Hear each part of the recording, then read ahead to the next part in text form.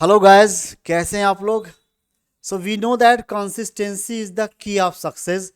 तो आइए उसी क्रम में आगे बढ़ते हैं और हम इनऑर्गेनिक के नेक्स्ट लेक्चर की तरफ चलते हैं, जहां हम इलेक्ट्रॉनिक कॉन्फ़िगरेशन सीखेंगे। ठीक है, इलेक्ट्रॉनिक कॉन्फ़िगरेशन में हमने अबव प्रिंसिपल सीख लिया था ऑलरेडी। अबव प्रिंसिपल के रूल्स पढ़ लिए हैं, जो भी उसका फंडा था। अब हम उसके एप्लीकेशंस को देखेंगे और उसके बेस पर क्वेश्चंस करेंगे। ठीक है।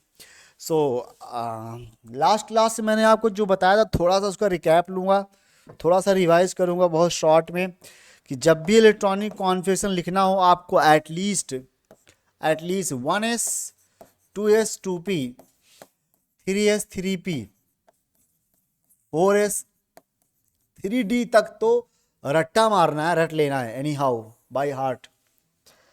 और आपको ये आगे पता है कि ये जो ऑर्डर है ये एनर्जी ऑर्डर है। कौन सा ऑर्डर है? Energy order. This is not subshell order. I mean to say ऐसा नहीं है कि फोर एस सबशेल उस एटम के अंदर पहले प्रेजेंट है और 3D बाद में है, ऐसा नहीं है। It is not like that. तो बेसिकली ये एनर्जी ऑर्डर है। इस ऑर्डर में हम इलेक्ट्रॉन फिल करेंगे, बट इलेक्ट्रॉन फिल करने के बाद हम इस ऑर्डर को रीअरेंज करके फिर से लिखेंगे, और फिर से लिखते टाइम जो सबशेल पहले आता होगा, लाइक ऑर्डर जो सबशेल पहले आता होगा उसको पहले लिखेंगे। ठीक है। आई मीन टू से कि एक बार आफ्टर फिलिंग इलेक्ट्रॉन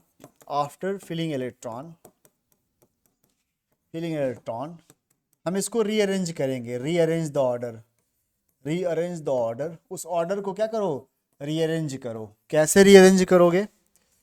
कुछ इस तरह। पहले 1s आता है, फिर 2s 2p आता है, फिर 3s 3p आता है, फिर 3d आता है, फिर जाके 4s आता है। तो जब मैं इलेक्ट्रॉनिक कॉन्फ़िगरेशन लिखूंगा इधर दिस वन और दिस वन, तो मैं जैसे ही शेल चेंज करूंगा तो कॉमा यूज करूंगा। यहाँ पे जब मैं शेल चेंज करता हूँ तो कॉमा यूज करता हूँ। ठीक है। अब देखो, ये हमारा फाइनल ऑर्डर होगा इलेक्ट्रॉन फिल करने के बाद। इसमें हम लोग क्या देखेंगे कि यहाँ से लेकर यहाँ तक, आई मीन टू से 1s से लेकर 3p तक कुल 18 इलेक्ट्रॉन फिल हो सकते हैं। 18 इलेक्ट्रॉन। तो इतनी कहानी जो होगी वो ऑर्गन की हुआ करेगी। ऑर्गन ऑर्गन के बाद देखिए, ध्यान सुनिएगा।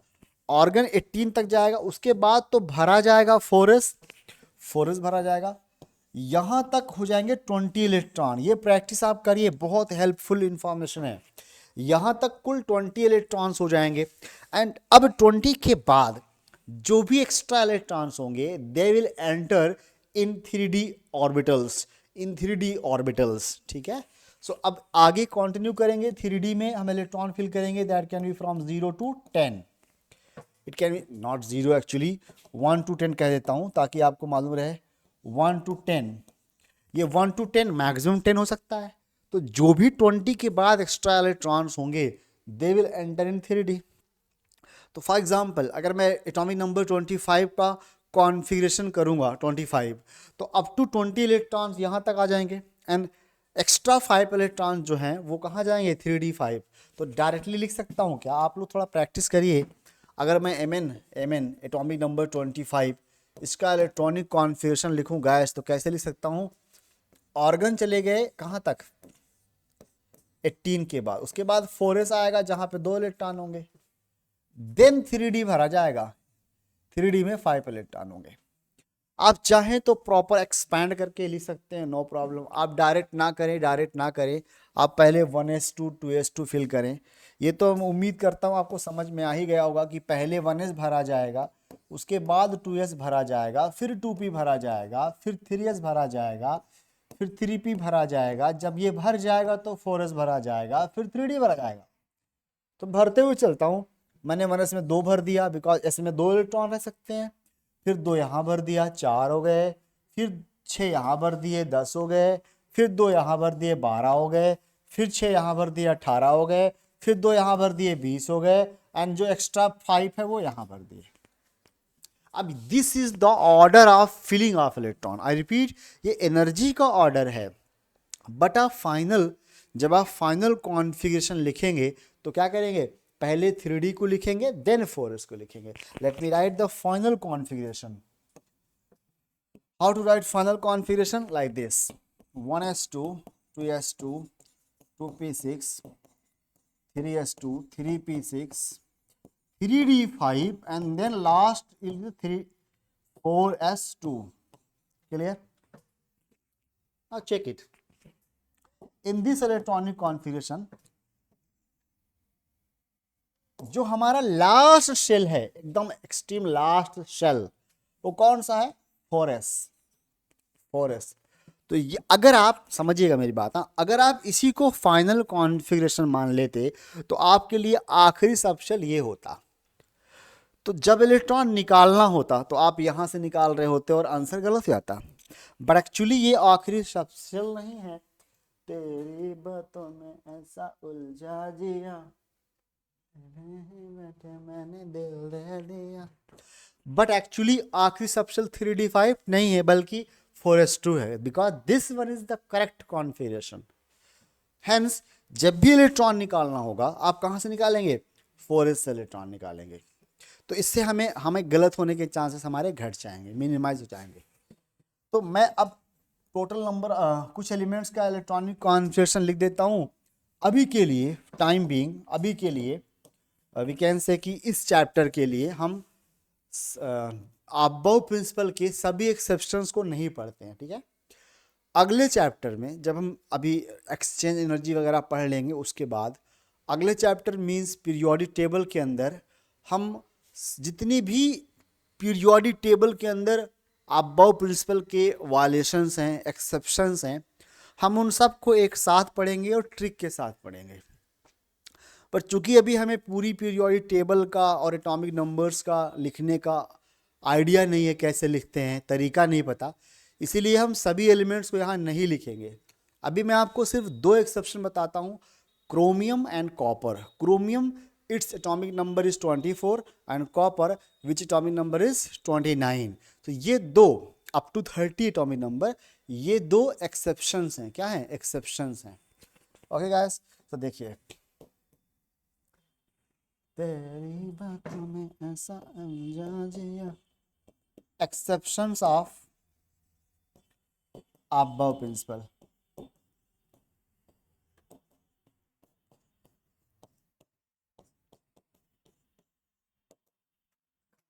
एक्सेप्शंस ऑफ अबव प्रिंसिपल, इसमें फिलहाल के लिए 2 ले रहा हूं, और भी हैं बता देता हूं पहले ही, और भी हैं 24 20 मैनी मोर यहां लिख देता हूं प्रिकॉशनरी इन नेक्स्ट चैप्टर, जो मैं आपको नेक्स्ट चैप्टर में पढ़ाने वाला हूं, that I am going to teach in next chapter.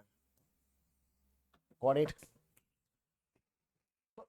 These 2 elements show exceptional behaviour, right. वो कैसे आप समझिएगा, एक्सेप्शन का माने क्या है कि जो ऑर्डर अबव ने बोला है ये उसके अगेंस्ट जाएंगे। कैसे, आइए समझते हैं। अगर हम एटॉमिक नंबर 24 का electronic configuration as per above करते हैं तो पहले क्या होना चाहिए, देखो ऑर्गन आएगा, उसके बाद आएगा 4s में 2 इलेक्ट्रॉन एंड 3d में 4 इलेक्ट्रॉन। ये हमारी एक्सपेक्टेशन है, ये हमारी आशा है, ये हम उम्मीद करते हैं, but this is wrong. So correct क्या है गाइस, करेक्ट कैसे लिखेंगे आप, हम एक्सेप्शन कैसे, देखो पहले रूल कहता है पहले 4s के भरो, 4s को फिल कर दो, जब 4s भर जाए देन आप नेक्स्ट सबशेल में जाओ। जब तक 4s भर ना जाए, कंप्लीटली फिल्ड ना हो जाए, तब तक आप नेक्स्ट सबशेल में नहीं जा सकते। ये कहता है अबव प्रिंसिपल। बट आप क्या कर रहे हो, आप इसको वायलेट करने वाले हो, ठीक है। तो कैसे पॉसिबल है, 4s को आधा भरा रहने दो, 4s को आधा भरा रहने दो और इसका एक इलेक्ट्रॉन यहां ट्रांसफर कर दो, तो वायलेशन हो गया, बिकॉज आप इसको पूरा भरे बगैर आगे चले गए। So what will happen, the final configuration will be organ 3d या पहले 4s लिख देता हूँ, 4s1 4s1 and 3d5। Clear. अब इस कॉन्फ़िगरेशन में आपको इसको फिर से लिखना चाहो फिर से लिख सकते हो, ऑर्गन। ये प्रैक्टिस करोगे तो बहुत आसान होगा, डायरेक्ट लिख सकते हो, अभी तो नया नया हो ना इसलिए ऐसा लग रहा है। ये हमारा आखिरी शेल हो जाएगा और ये 3D में 5 इलेक्ट्रॉन। ठीक है, रीजन इसका क्या है अभी बोलना बेकार होगा। Half filled and full filled electronic configurations are exceptionally stable, comparatively more stable than incomplete filled configuration. So अभी के लिए इतना ही रीजन जानिए आप लोग कि इसका रीजन क्या है। एक्सेप्शन का बेसिकली रीजन है, एक्सेप्शन जैसा केमिस्ट्री में कुछ नहीं होता। अक्सर आपने मीम्स वगैरह में देखा होगा या कोटा फैक्ट्री में देखा होगा, वहाँ बोलता है जैसे ही हमें कुछ कॉन्सेप्ट बन रहा होता है एक्सेप्शन आ जाता है। एक्चुअली लॉजिक होता है, और यकीनन ये जो लॉजिक होता है ना, यही कॉम्पिटिटिव एग्जाम के लिए क्वेश्चन होता है।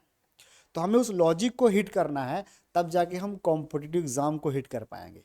जो स्ट्रेट फॉरवर्ड चीज़ें हैं, एक सीक्वेंस में बंधी हुई हैं, एक एक रूल्स के साथ आप लाइक एक रट्टा मारने वाला जो ऑर्डर है बिल्कुल पैटर्न में, वो एग्ज़ाम में नहीं आएगा। जहाँ पर थोड़ा अप डाउन होगा, जहाँ पर कुछ ना कुछ एक्स्ट्रा लॉजिक लगाना होगा, वही एग्ज़ाम में आएगा, बिकॉज कंपटीशन ज़्यादा है। अब पेपर को थोड़ा रीजनिंग करना है, राइट। सो आइए चलते हैं कॉपर के पास। कॉपर का एटॉमिक नंबर 29 होता है गैस। इसका कॉन्फ़िगरेशन जब आप करने जाएंगे, अब आप फाइनली करिए खुद से ट्राई, ठीक है। मैं डायरेक्ट आंसर लिखता हूँ, ऑर्गन 3d10 हो जाएगा एंड 4s1 होना चाहिए था, 4s2 3d9, पर फुल फील्ड इलेक्ट्रॉनिक कॉन्फ़िगरेशन ज़्यादा स्टेबल होगा तो डी को फिल कर दिया जाएगा।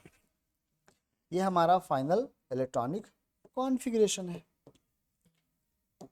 ये दो हमें याद रखने हैं, बहुत ज़रूरी है, इंपॉर्टेंट है।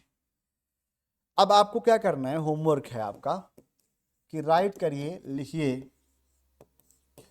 Electronic configuration from z equal to 1 to z equal to 30। यहां तक इलेक्ट्रॉनिक कॉन्फ़िगरेशन लिखिए, ठीक है। प्रैक्टिस करिए, आता है तो अच्छी बात है, उसके बावजूद भी लिखिए, बिकॉज इसके बाद एक्सेप्शन के चांसेस हैं। या चलो 36 तक कर देता हूं मैं, 36 तक, 36 तक आप लिख डालें, कोई एक्सेप्शन नहीं आएगा इसके दोनों के अलावा। ये दो एक्सेप्शन तो आप कर ही लेंगे।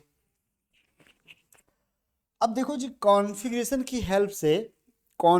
की हेल्प से आप बहुत सारे सवाल सॉल्व कर सकते हैं, बहुत सारे। मैं एक बहुत शानदार एग्जांपल लेता हूं क्वेश्चन के फॉर्म में, उससे मैं सारी इंफॉर्मेशन क्लियर करने की कोशिश करूँ। क्वेश्चन है, find electrons, find total electrons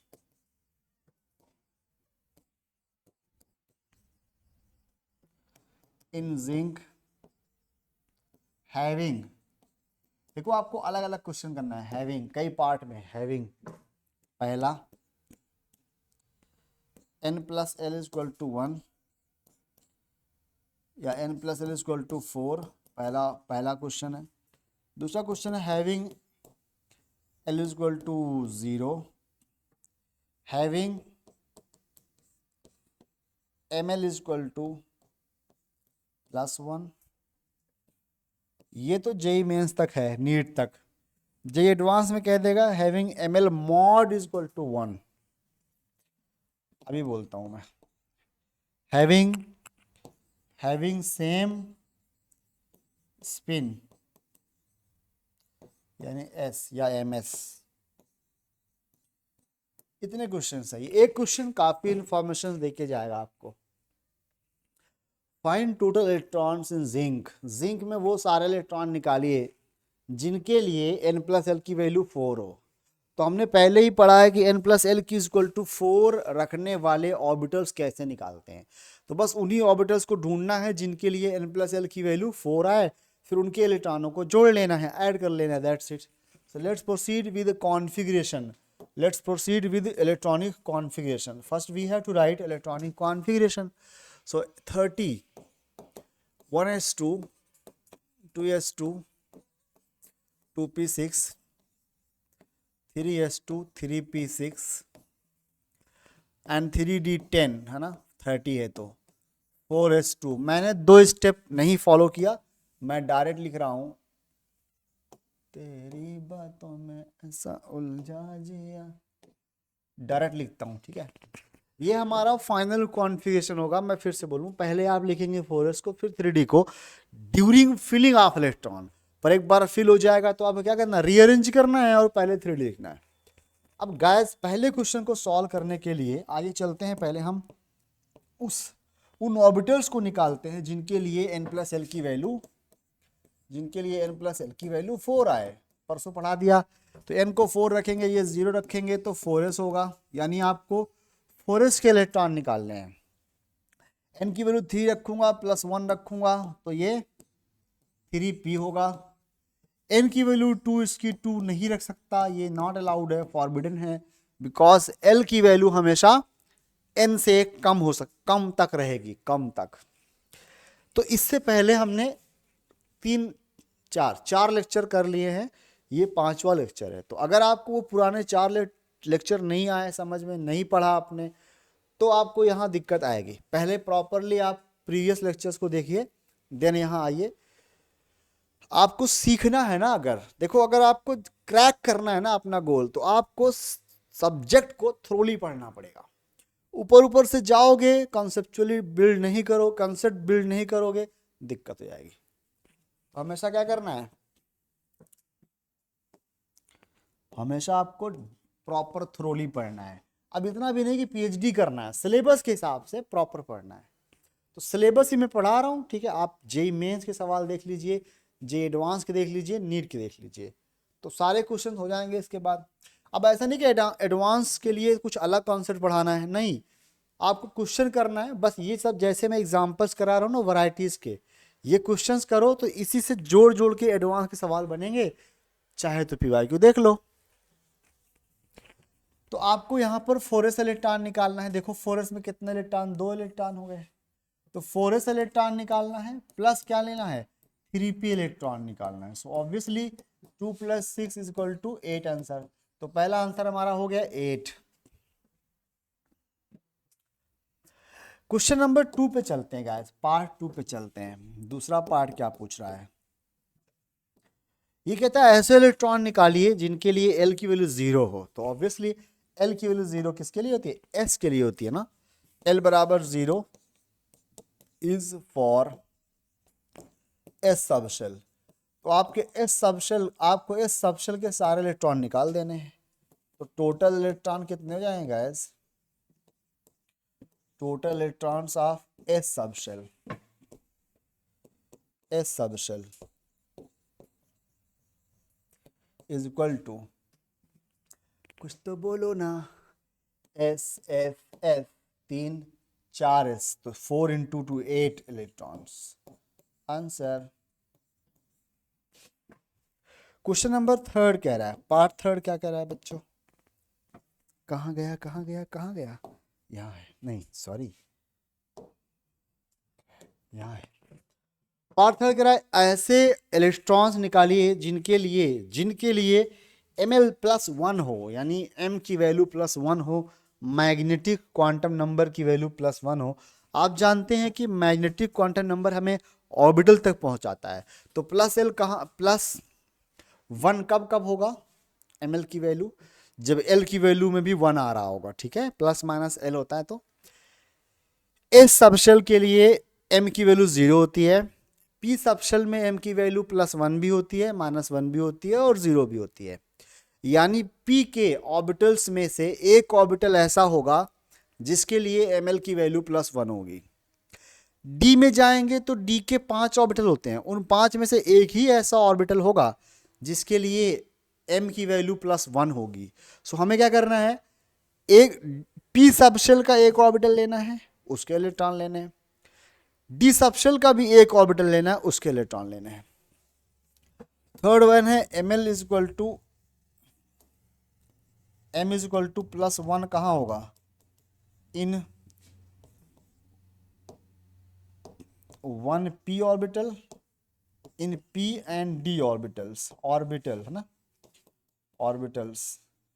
चलिए इसको अच्छे से समझिएगा, ठीक है। p के 6 इलेक्ट्रॉन यहाँ पे जो हैं, इन 6 के 6 को नहीं ले सकते आप। पी में कितने, इसमें कितने ऑर्बिटल्स हैं?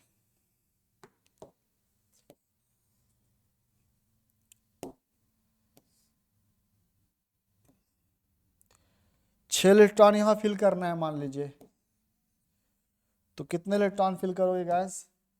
1 2 3 4 5 6। अभी आपको नहीं पता कैसे फिल करते हैं, मैं बताता हूँ भाई। एक ऑर्बिटल में 2 इलेक्ट्रॉन होते हैं, तो 2 यहाँ 2 यहाँ 2 यहाँ। अब तीनों के लिए थोड़ी ना m की वैल्यू +1 होगी, +1 तो किसी एक के लिए होगी। तो आप 2 इलेक्ट्रॉन यहाँ से लेंगे, 2 इलेक्ट्रॉन यहाँ से लेंगे, और 2 इलेक्ट्रॉन यहाँ से भी लेंगे। तो 2 इलेक्ट्रॉन आएगा P से ही और D से भी, तो कितने हो जाएंगे इलेक्ट्रॉन? 6 इलेक्ट्रॉन। Answer clear? नहीं समझ आया आप कमेंट कर सकते हैं। आइए आगे बढ़ते हैं। अब ये क्वेश्चन आपके सामने है, नीट 24 का है। थोड़ा इजी से आगे की तरफ बढ़ता हूँ। नीट में 2 बार एग्जाम, जब दोबारा एग्जाम हुआ था उन लोगों का जिनको एक्स्ट्रा बोनस मिल गए थे, तो उसमें आया था। कह रहा है कि ये कुछ सेट दे रखा है, इनके बारे में एनर्जी का डिक्रीजिंग ऑर्डर बताइए, है ना, एनर्जी का। तो पहले देखो तो कौन सा सेट है ये। एन की वैल्यू 4, एल की वैल्यू 2, एम एल की वैल्यू -2, एस -, ये बेसिकली कौन है? 4D है। कोई डाउट? No doubt. यहां पर एन की वैल्यू 3, एल की वैल्यू 2, ये 3D है, 3D, नो डाउट। यहां पर क्या है गाइस? 4, एन की वैल्यू 4, एल की वैल्यू 1, यानी 4P है, नो डाउट। यहां 3P है, नो डाउट। अब बस इन्हीं चारों की एनर्जी ऑर्डर बताओ आप बहु प्रिंसिपल से, n+l रूल से। तो चलो n+l की वैल्यू लिख लेते हैं चारों के लिए। कंजूसी मत करना, थोड़ा सा लिख के क्वेश्चन सॉल्व करना वरना गलती हो जाएगी। n+l की वैल्यू लिखता हूं, ठीक। इसके लिए कितना आएगा? n+l की वैल्यू 4 + 2 6। वो यहां से भी लिख सकते हैं आप, यहां ना लिख करके यहां भी लिख सकते हैं ना। तेरी बातों में ऐसा उलझा जिया, यहां आ जाएगा 6। यहां n+l कितना आएगा गाइस? 4। यहां n+l कितना आएगा? 5। यहां n+ कितना आएगा? n+l कितना आएगा? 4। तो जिसका n+l कम है उसकी एनर्जी कम। सबसे पहले हमारा क्या जाएगा? 4, ये पहला 3D एंड 3P, इनकी एनर्जी कम हो जाएगी। अब 3D 3P में क्या देखेंगे? आई एम सॉरी, 4 4 कहाँ कहाँ है?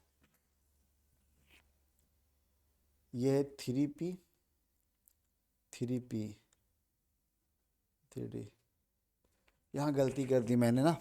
ये आएगा आपका 3 + 2 = 5, ये तो 5 आएगा ना। सबसे कम एनर्जी किसकी होगी? 3P की, यानी सबसे कम एनर्जी 4 की होगी, सबसे कम एनर्जी 4 की होगी, सबसे कम एनर्जी 4 की होगी।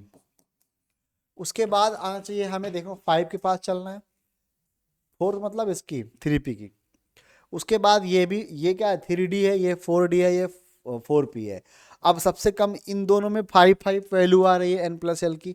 अब उस 5 में बराबर होने की वजह से n देखोगे तो पहले 3D आएगा, मतलब फिर आएगा सेकेंड की, उसके बाद आएगा थर्ड का, फिर तो बचता ही है फर्स्ट। हट जाओ, कौन हो तुम, कहाँ से हट? फिर बचता ही है फर्स्ट।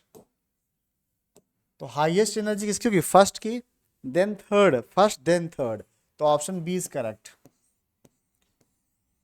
तो सिर्फ आंसर मत देखना गाइस, क्वेश्चन को अच्छे से समझना, एक एक ऑप्शन पर काम करना है आपको, एक एक ऑप्शन पे काम करना है, प्रैक्टिस करना है। अगला क्वेश्चन भी ऐसा ही है, द कंपेयर जेई मेंस 24। अब आप खुद देख लो, क्या क्या सिमिलरिटी नहीं है? जेई मेंस वो था नीट 24 का, या जेई मेंस 24 का था। कह रहा एनर्जी कंपेयर करो इन क्वांटम नंबर्स के लिए मल्टी इलेक्ट्रॉन सिस्टम के लिए, ठीक है। तो ये आपका होमवर्क हो गया, क्वेश्चन एकदम कॉपी पेस्ट है, खुद से करिएगा। और कमेंट पे आंसर इन कमेंट, जो आंसर सही होगा उसको मैं पिन कर दूंगा, answer in comment, comment box, comment box में आंसर कीजिए, ठीक है। चलिए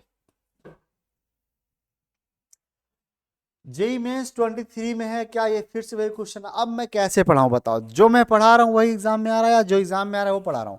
आगे भी वही आगे जो मैं पढ़ा रहा हूं। कुल कुल मेरे को 9 ईयर एक्सपीरियंस है, 9 ईयर का टीचिंग एक्सपीरियंस है, 9 ईयर का। ये वो एक्सपीरियंस है जो मैं फुल टाइम पढ़ाता हूँ। एक्चुअली मैं 2013 से पढ़ा रहा हूँ, 2013 से। पहले मैंने कम से कम 4 साल बोर्ड एग्ज़ाम, बोर्ड वालों को पढ़ाया था, क्लास 11 12 को। उसके बाद आईआईटी गया, मैंने पढ़ाई की, आईआईटी जैम क्लियर करके आईआईटी पहुंचा। वहाँ पे 2 साल आईआईटी से एमएससी की। उसके बाद फिर मैं सीधा आईआईटी और नीट वालों को पढ़ा रहा हूँ। चलिए, ये भी आपका होमवर्क है। दे देखो देखो, गिवन 2022 में आया था ये। 4 का इलेक्ट्रॉन देखो देखो क्या क्वेश्चन है। क्वेश्चन देखो, क्वेश्चन की धार देखो, बार बार ना आता हो तो उधार देखो। वेरी इंपॉर्टेंट लगा दूं अब तो आपको यकीन हो गया होगा। यानी इस पूरे लेक्चर में यही सबसे इंपॉर्टेंट सवाल है। होमवर्क भी है, और आपका कमेंट बॉक्स में कमेंट करिए, कमेंट बॉक्स में कमेंट करिए, जरूर करिए जो इस लेक्चर को देख रहे हैं। ये क्वेश्चन सीखना मस्ट है, अनिवार्य है। नहीं, आप देखो ना, अब क्या क्वेश्चन पूछ रहा है? Incorrect set of quantum numbers. आपको बताना है कौन सा सेट गलत चूज किया गया, ठीक है?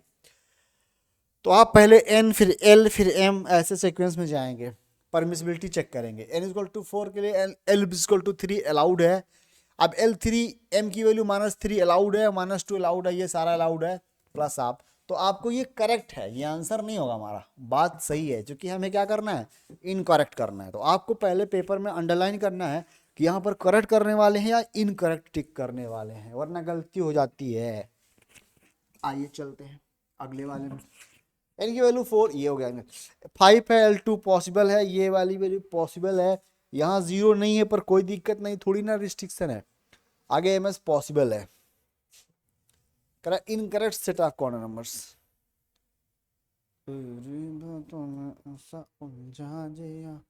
इसका मतलब आपसे यही चेक कर रहा है, यही पूछना चाहता है। तो यहाँ पर 0 स्किप्ड है, मिसिंग है, तो ये हमारा गलत हो गया। बाकी हर जगह सब कुछ सही सेट है, सब कुछ सही सेट दिया गया है, सब कुछ सही सेट दिया गया है। तो आंसर इज बी। क्लियर है कि नहीं क्लियर?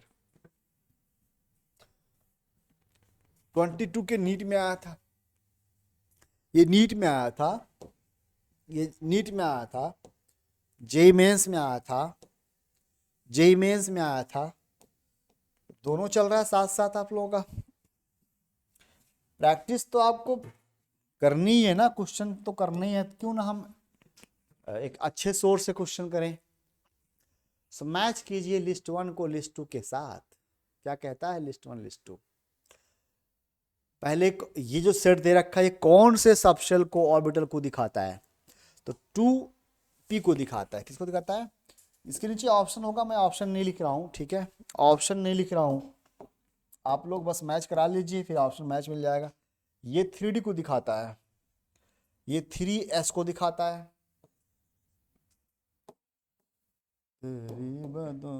ऐसा उलझा, ये 2s को दिखाता है, 2s को।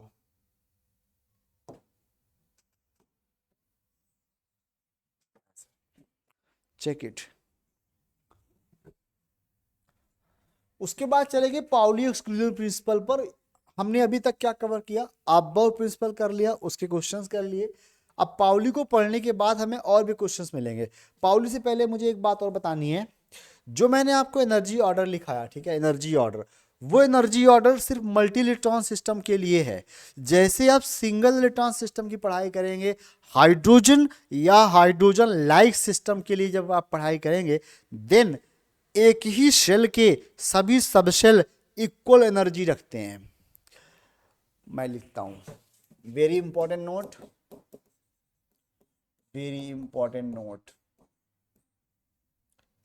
तनक दिन दिन तनक दिन तनक दिन दिन तनक दिन। पहले टेक्स्ट हो रहा है, ऐसे टेक्स्ट वाला है कि नहीं? ये अति महत्वपूर्ण है, ये वेरी इंपॉर्टेंट को बोलते हैं, अति महत्वपूर्ण। ये ना पढ़ा तो क्या पढ़ा? For hydrogen like system. अब हाइड्रोजन लाइक सिस्टम माने क्या होता है? सिस्टम ब्रैकेट में single electron system, single electron system, single electron system के लिए एनर्जी ऑफ ऑल सबशेल्स या orbitals of all orbitals of a particular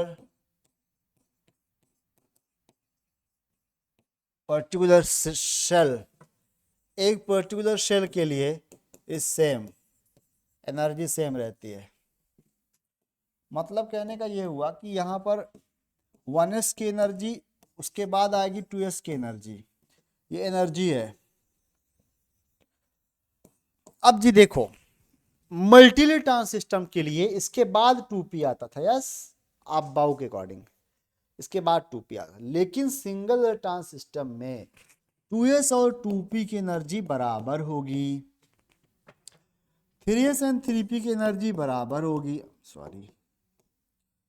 3s 3p and 3d तीनों की एनर्जी बराबर होगी। देन 4s की एनर्जी किसके बराबर होगी? 4p के बराबर होगी। देन 4d के बराबर, देन 4f। ये कहलाती है डिजेनरेसी। इक्वल एनर्जी मतलब डिजेनरेट ऑर्बिटल्स। तो यहां पर आप शेल चेक करिए बस, अगर शेल बदल रहा है तो एनर्जी बढ़ती जाएगी जैसे जैसे शेल बढ़ेगा, अदरवाइज एक ही शेल के सभी सब शेल की एनर्जी बराबर होगी। बहुत इंपॉर्टेंट नोट है ये, ध्यान से रखिएगा इसको। अब हमें बात करनी है पाउली एक्सक्लूजन प्रिंसिपल की।